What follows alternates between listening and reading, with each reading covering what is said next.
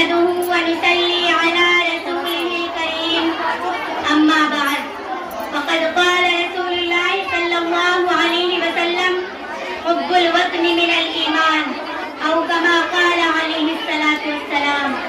میری پیاری ماں اور بہنوں، السلام علیکم ورحمۃ اللہ وبرکاتہ.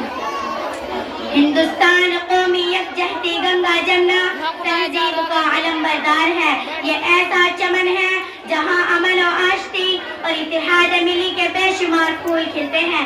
یہاں کی فضا میں محبت اور یہاں کے ہر فرد میں آپسی الفت ہوتی ہے. یہ ایسا پلیٹ فارم ہے جہاں ہندو مسلم سکھ عیسائی یکساں طور پر ملتے ہیں. گویا کہ ہندوستان آپسی اتحاد کا قدم ہے اور یہاں پر سارے مذاہب محترم ہیں. میری پیاری ماں اور بہنوں، ہندوستان میں جہاں دیگر ادیان مذاہب کے لوگ قیام پذیر ہیں، وہیں پر مسلمان ہندوستان کی ریڑھ کی ہڈی کی حیثیت رکھتا ہے. یہ حقیقت ہے کہ ہندوستان کی تقدیر کو مسلمانوں نے اپنے خون و جگر سے سنوارا ہے. ہر ہندوستانی کو سر اٹھا کر جینے کا حق مسلمانوں نے دلایا ہے. اس چمن کی آبیاری مسلمانوں نے کی ہے. اسے سونے کی چڑیا مسلمانوں نے بنایا ہے اور ہر وقت مسلمان اپنے وطن عزیز کی محبت میں ڈوب کر سب سے پہلے سینہ سپر ہو کر ہندوستان پر قبضہ کرنے والوں کے ناپاک عزائم کا خلاف خمار کیا اور انگریزوں کو اس ملک سے باہر بھگایا.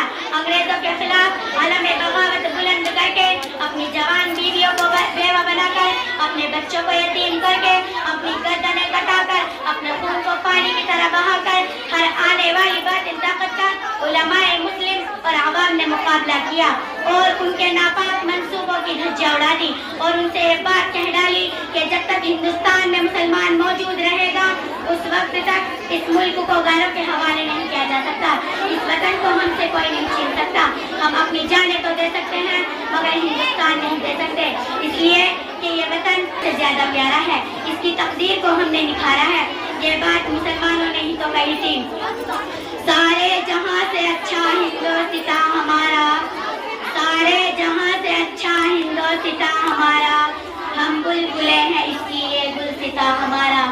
میری پیاری ماں اور بہنوں، مگر آج بڑے افسوس کے ساتھ مجھے یہ بات کہنی پڑتی ہے کہ جس وطن کی خاطر مسلمانوں نے اپنی جانیں گنوا دی، اپنی بیویوں کو بیوہ اور بچوں کو یتیم کیا، جس کی حفاظت کی خاطر انگریزوں سے مقابلہ کیا، آج اسی ہندوستان میں انہیں مسلمانوں کا جینا دوبر کیا جا رہا ہے. ان کے ساتھ ناانصافی اور بے وفائی کا برتاؤ کیا جا رہا ہے. اگر دوسرے الفاظ میں کہا جائے تو بے جانا ہوگا ان کے ساتھ سوتیلا سلوک کیا جائے.